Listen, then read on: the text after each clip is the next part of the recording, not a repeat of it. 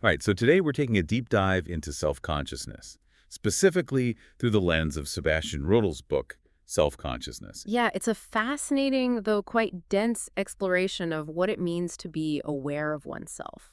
Definitely complex, but we'll do our best to break it down and highlight the key takeaways for you. The main goal today is to grasp Rödl's core thesis about what constitutes self-consciousness And how that relates to our ability to think in the first person. and how that first-person thinking is tied to action and belief. Now, to set the stage, it's worth remembering Gareth Evans's point that how we refer to things is tied to what we can say about them. The forms of reference and predication go hand in hand. Right, and that will be crucial as we look at how this seemingly simple word, I, actually functions in our thoughts. So Rödl kicks things off by looking at thoughts where we're essentially thinking about ourselves thinking. He suggests that this awareness of ourselves as thinkers is not some afterthought. It's actually fundamental to self-consciousness. It's primary, not secondary. He then lays out a fundamental distinction between practical thinking, which deals with the question of what to do, and theoretical thinking, which is about what to believe. This distinction between practical and theoretical is really key for him, right? Because he argues that many theories about self-consciousness fall short because they don't properly account for the fact that we know ourselves as thinkers. It's not enough just to identify a self. It's about understanding how that self is aware of its own thinking processes. And this leads him to really emphasize the link between first-person thought and intentional action. I mean, it makes sense that there's a connection there, but he's pushing us to go deeper to understand the very nature of intentional action itself. Absolutely. He's saying we can't just assume we know what intentional action is. We have to really examine it to grasp self-consciousness. And this is where his critique of empiricist materialism comes in. Yeah, what's he saying about that view? Well, he argues that it struggles to explain how a material reality can also be self-conscious. In other words, how can thought and physical stuff be fundamentally linked, not just accidentally connected? So this leaves Rödl to focus on the sense of first-person reference and how it's different from things like definite descriptions. He even critiques John Perry's work on indexicals here. Perry tries to give I a sense like a definite description, but Rödl thinks that ultimately misses the mark. Because you can't just replace I with a bunch of descriptions without changing the meaning completely. So then he introduces this distinction between identification-free and identification-dependent judgments. Like if you say, the Palace of the Republic is beautiful. Okay, the Palace of the Republic. Right, so that judgment is identification-dependent. If you first need to identify it like, this building is the Palace of the Republic, and then you add the identification-free judgment, this building is beautiful. So you're saying the sense of reference isn't just about picking something out in the world, it's also about how we understand that thing conceptually. And Rödl builds on this by saying, the sense of reference is a logical perspective on the object, how we grasp it as having certain properties. He ties this to Gareth Evans's idea that demonstrative reference is based on perception, like this apple is red. The sense of this apple comes from directly seeing it. But first-person reference isn't like that, right? We're not perceiving ourselves as separate from ourselves. Exactly. It's based on a different kind of knowledge identity. We know ourselves, not as something other. This all leads to a key point. The main topic of a theory of self-consciousness isn't just consciousness generally. It's about thought about thought. So that metacognitive ability, being able to reflect on our own thinking, that's at the heart of self-consciousness for Rödl. Right. One of the coolest things about this book is that Rödl argues self-consciousness is like totally bound up with our capacity to like act, believe things, and gain knowledge. And this really goes against the grain of traditional materialist views of the mind. Definitely. Right from the start, Rödl leans on a key idea from German idealism, that a real investigation of action and knowledge, like a complete one, has to involve a deep dive into self-consciousness. He kind of starts with the most basic question, right? What does it even mean to be conscious of oneself? But he immediately brings up this problem of how we understand I reference, how we refer to ourselves. Right, because the term I, it's kind of tricky to define, isn't it? You can't really swap it out with another word or a description without changing the meaning entirely. So the goal here isn't to just find another way of saying I, but to understand how it functions in our thoughts and language, what it really means to use that word. So we're not looking for a synonym for I. We're trying to get at something deeper. And, some philosophers have tried to define I using these definite descriptions, but Rödl points out He looks at John Perry's view, where he argues that, like, the sense of a referring expression, how we use a word to refer to something, is the same as the sense of a definite description, like a bunch of characteristics that pick out that thing. But Perry himself admitted that this doesn't really work for I. There's no description that fully captures it. Yeah, but you lose something in the translation. Like, how can you describe yourself fully without using I? So we need to think about sense in a more abstract way, to really grasp this I reference. And to move forward, Rödl makes this crucial distinction between what he calls identification-free and identification-dependent judgments. Do you want to explain that a bit? Sure. So an identification-free judgment is a judgment that doesn't depend on proving that two things are the same. Like, you see a tomato and you think, this tomato is ripe. You don't need to compare it to some standard ripe tomato or anything like that. On the other hand, identification-dependent judgments, they do rely on some kind of identity comparison. Like, if you know that John is a musician and you see someone who looks exactly like John playing guitar, you might think that musician is John, based on assuming those two individuals are the same. And these judgments, they can be unmediated or mediated. Identity judgments kind of act as the bridge, they mediate. And, those demonstrative judgments, like the tomato example, they're often unmediated. You just see it. And, Rödl then looks at Gareth Evans's ideas about demonstrative reference. What do you make of his main point there? Well, Evans argues that the sense of a demonstrative reference is like tied to this direct perceptual relationship with the object. You see it, and that connection defines what you can know about it directly through perception. And what's really cool here is that this doesn't have to involve some kind of conceptual knowledge. Like, you don't have to know a specific concept that the object fits into.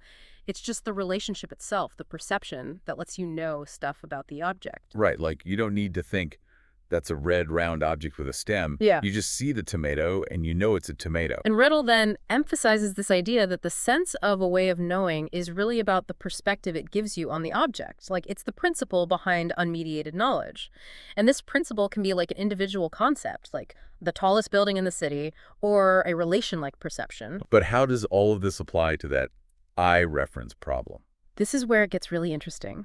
Rödl claims that unmediated first-person knowledge, how we know stuff about ourselves, isn't actually perceptual. You mean like when I feel warm, I'm not actually perceiving that warmth in the same way I perceive the color of a tomato? He says that sense perception is always a way of knowing something as other, as separate from you.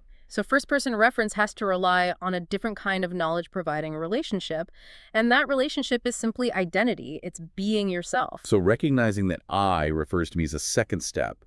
It comes after that initial awareness. Right. It's an identification, like I am this specific person. But the first unmediated thought, it doesn't need that identification. And this leads Rödl to this point that we should really focus on the concepts involved in these unmediated first-person thoughts, and how they work. And that includes things like feeling sensations like warmth or pain, where the knowledge comes from just being the one experiencing it. So we should be focusing on thoughts about our own experiences. Yes, and especially on what Rödl calls thought about thought. He argues that a theory of self-consciousness should primarily focus on how we think about our own thinking, like beliefs and actions. So instead of starting with basic sensations, we need to look at how we reflect on our own mental processes. Precisely. Because you can have a sensation without being self-conscious, but you can't have a thought without it. And this is where Rödl starts to develop his idea about the two essential aspects of thought, the theoretical and the practical.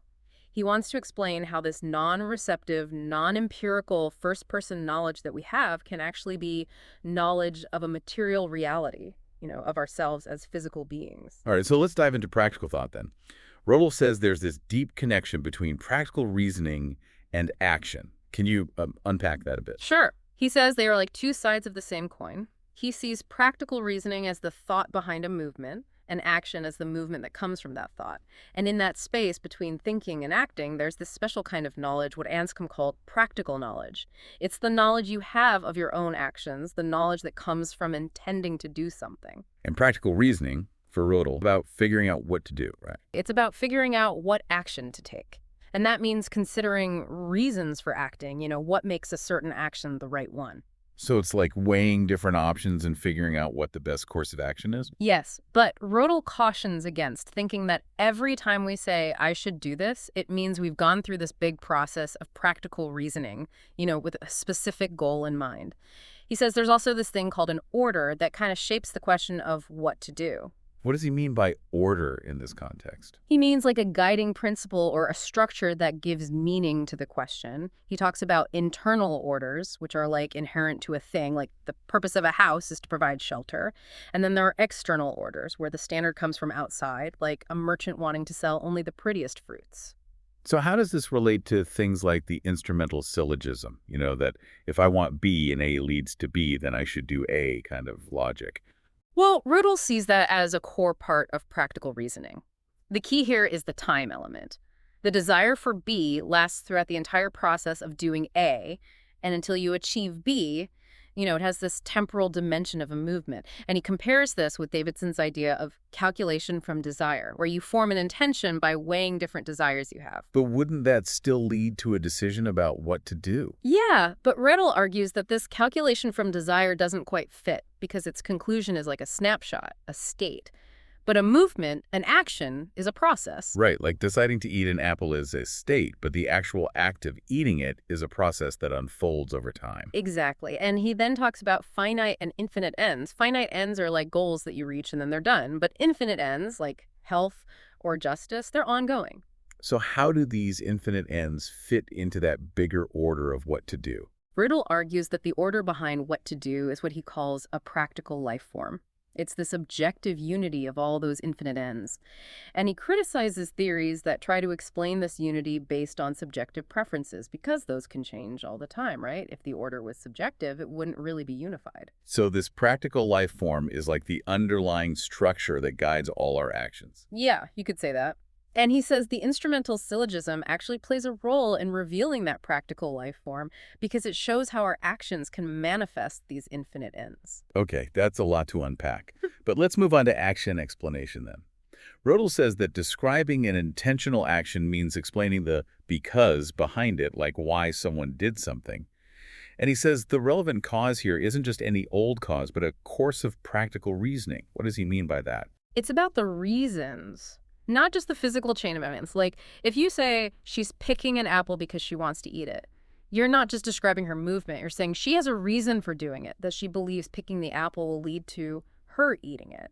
And he says that in these basic action explanations, the thought itself, the reasoning, is actually the cause. It's not separate from the action. So it's like the thought is making the action happen. Yeah, you could say that. And this challenges those views that see actions as just physical events with mental causes, like a billiard ball hitting another billiard ball. Right, is bringing in intention and reasoning into the equation. And when an action explanation is true, the agent's thought is the key. And to understand someone acting intentionally is to grasp their practical thought. And this leads to his point about first-person action explanations, like, I'm doing this because I want that. It's one single thought where the thought and the cause are the same thing. It's like the thought is both the plan and the execution at the same time. Yeah, that's a great way to put it. And Rödl connects this to the source of first-person reference. Knowing you're doing something because you reasoned that you should do it, that's a kind of direct, unmediated knowledge of yourself. All right, so we've covered actions. What about beliefs? How does he apply this framework to how we think about theoretical reasoning? He says we can approach it in a similar way. He focuses on theoretical reasoning, which is about what to believe, and its connection to belief itself and how we know our own beliefs. He says that believing something is basically answering the question, what should I believe? And the conclusion of that reasoning process is something like X believes that P, some statement about a belief. So it's like practical reasoning, but for thoughts instead of actions. Right. And in the same way that the good is the guiding principle for what to do, Rödl says truth is the guiding principle for what to believe. And he looks at different ways people have tried to understand theoretical reasoning, like coherentism. Which is the idea that beliefs are justified by other beliefs, right? But Rödl has a problem with that. He says it doesn't explain how beliefs connect to the world, to truth. If it's just beliefs all the way down, how do we know any of them are actually true? So it's like a closed system that's disconnected from reality. Yeah, that's one way to put it. And he also says that just thinking it's right to believe something doesn't mean you actually believe it. You could think it's right to believe something and it's opposite at the same time. So he also considers this idea of calculation from sensation, where you form beliefs based on your sensory experiences. Like if I see a red apple, I form the belief that apple is red. Right. But he argues that this has a problem too because sensations are fleeting, they change all the time, but beliefs are more stable, they tend to persist. So how does he explain the lasting nature of beliefs? Well, he draws on Evans's idea that belief has this inertia, like a tendency to stay put. Unlike intentions, which are about achieving something specific, beliefs don't have a built-in time limit. They can theoretically last forever. So if sensations can't fully account for beliefs, where do they come from? Rödl proposes this idea of a power of knowledge, which he describes as an infinite ground. He argues that statements like, I perceive that P aren't just data points for calculations, they're a basis for believing something, because if you perceive it, it's likely true. So perception is more than just a bunch of sensations. It's a way of accessing truth. And he also pushes back against reducing perceptual justification to an inference from a belief about perception, like, I believe that I see a red apple. Okay, and how does he develop this idea of powers of knowledge further? He says that when we base our beliefs on perception, we are using a power to gain knowledge through the senses, a kind of receptive knowledge. And this power of knowledge brings unity to our beliefs. You can't perceive something and its opposite at the same time. It's like a fundamental capacity that we have. So it's like a lens through which we see the world and form beliefs. Yeah, you could think of it that way. And he says that the measure of theoretical reasoning is this power of knowledge. It's this unified system of beliefs that all stem from this power and are connected in a logical way. And how does this all connect to the very concept of truth? Rödl says that a true proposition is one that fits into this ordered system. It's connected to other propositions in a way that makes sense. He brings up McDowell's argument that to explain why someone believes something, you need to show that they rationally ought to believe it. So it's not just about whether they believe it, but whether they have good reasons to believe it. And Rödl sees this ought as linking belief to this bigger system of theoretical reasoning. He basically concludes that if you can explain someone's belief, then the reason for that belief is also the cause of that belief, and their believing it is the same thing as their thinking that it's right to believe. It's like their thought process is making the belief true. It's more like their thought process is creating the conditions for the belief to be justified. And he also addresses objections from empiricists, those who think everything comes from sensory experience. He says that thinking in this context doesn't have to be a conscious process. Okay, I think I'm starting to get it. But what about this idea of the first-person nature of belief explanation? How does that tie into self-consciousness? Rödl says that when we explain our own beliefs, we are doing something unique. When we say, I believe this because of that, we are showing how our thoughts are structured, how they lead to our beliefs. And in that first-person explanation, the thought that represents the cause is the cause itself. So it's like the thought is doing double duty. Right. It's both explaining the belief and causing the belief. And he emphasizes that this kind of belief explanation is shaped by the believer's own perspective. So when you explain your own belief, the subject and object of the explanation are the same, which makes it an unmediated first-person thought. It's like looking directly at your own thought process. Yes, and he connects this to Wittgenstein's ideas about I believe. The Wittgenstein said that I believe isn't just a neutral description. It also kind of asserts the belief itself. You can't separate the two. So you can't just describe a belief without also endorsing it in a way. Yeah, and Rödl argues against the view that first-person thought is just this primitive thing that will be replaced by science. He thinks it's essential to how we understand reality. And he concludes that a real theory of self-consciousness and reason needs to show how they are connected, how they both stem from this special kind of order that grounds justification and first-person thought. And this order, if I'm understanding correctly, is what he calls a formally represented order. And he defines it as an order where being under it and thinking about being under it are the same thing. Like, you're not just following the rules, you're also aware of the rules and you're actively applying them. And actions and beliefs that fall under these orders, they show this causality of thought where the thought itself is driving things. And he says these formally represented orders are like the source of self-consciousness. Right. Because they involve this self-reflective element. You're not just doing something, you're aware of yourself doing it. And he connects this to justification. To justify something is to show that it's right according to that order. And he defines a rational being as someone whose actions can be justified, meaning they fall under an order of reason. So basically, a formally represented order is an order of reason. And he even brings in Kant's idea of autonomy here. Yes. Yeah. He links it to this idea that a formally represented order is like your own law, because the reason you think you should follow it is also why you actually follow it. It's like the law is coming from within you, not from outside. And he argues that believing something, just like acting intentionally, is an act of freedom because they are both explained by being under this formally represented order. And he links this to Kant's distinction between heteronomy, which is being determined by something external, and autonomy, which is being determined by your own nature. These formally represented orders, they're like laws of your own being, but in a deeper sense than just being part of your nature. It's like you're not just following a set of rules, you're embodying them. Yeah, that's a good way to put it. And the knowledge you have in these cases, it's not from your senses, it's from reasoning about what to do or what to believe. It's a kind of spontaneous knowledge that reveals you as a material being, but in a way that doesn't rely on empirical observation. Okay, so let's move on to Anscombe then. Rödl spends some time discussing her work, especially her argument for true materialism in the first person. What are the key takeaways there? He focuses on Anscombe's argument that first-person thought doesn't involve the same kind of reference as when we refer to things in the world, and that it has a unique kind of predication. So it's not like pointing to an object and saying, that's a chair. Anscombe argued that I is not a referring expression in the same way that chair is. She wanted to avoid the possibility of error that comes with that kind of reference, like mistaking one thing for another. First-person knowledge, because it's based on identity, avoids these errors. It's like you can't really be wrong about being yourself. Right. And Rödl clarifies that this doesn't mean we can't think of self-consciousness as a form of reference, but it's a special kind of reference that doesn't need this separate act of pointing to something. So how does he connect this to his idea of a first-person material substance concept? Well, he says that to understand how first-person thought applies to a physical being, we need to understand how we can have knowledge of a material substance without relying on our senses. And he talks about two ways we apply this concept of a material substance.